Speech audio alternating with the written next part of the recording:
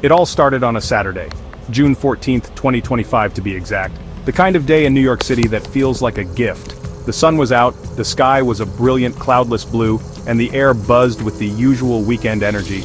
People were jogging in Central Park, tourists were snapping photos in Times Square, and the rest of us were just trying to get our errands done. I remember looking up at the sky, thinking it was a perfect day. I was so wrong.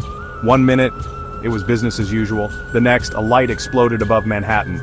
It wasn't like a firework or lightning. This was a silent, blinding flash of emerald green that swallowed the entire sky. For a terrifying moment, everything went white. Then, just as suddenly, it was gone. But the sun didn't come back. The brilliant blue was replaced by an inky, unnatural darkness, as if someone had thrown a thick, dirty blanket over the entire city.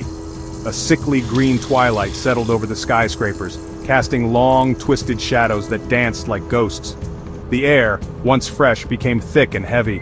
A coppery chemical smell filled my lungs, making my eyes water and my throat burn. It was a smell of ozone, rust, and something else, something ancient and wrong. The city's familiar symphony of sirens and traffic fell silent, replaced by a stunned, collective gasp. Panic didn't erupt immediately.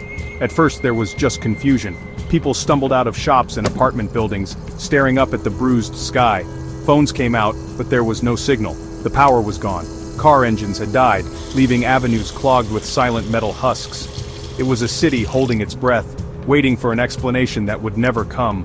Whispers turned to shouts. The initial shock began to curdle into fear. What was that light? Why was it dark? What was this poison we were all breathing? The questions hung in the polluted air, unanswered and terrifying. Then, the screaming started. It began in pockets. Isolated cries of terror that soon stitched themselves together into a city-wide chorus of horror. The strange, chemical fog wasn't just in the air, it was changing things. It clung to surfaces, to trash, to people. The first changes were subtle, a shimmer on a pile of garbage bags, a strange twitch from a person caught in the open. But soon, the transformations became monstrous. The city I knew, the city I loved, was turning into a nightmare right before my eyes. The day the sky broke was the day our world ended and a new, terrible one began. The chaos that followed was absolute. The strange green fog was a mutagen, a catalyst for nightmares. It latched onto the city's filth, bringing it to life. Piles of garbage bags writhed and swelled, sprouting slick, writhing tentacles.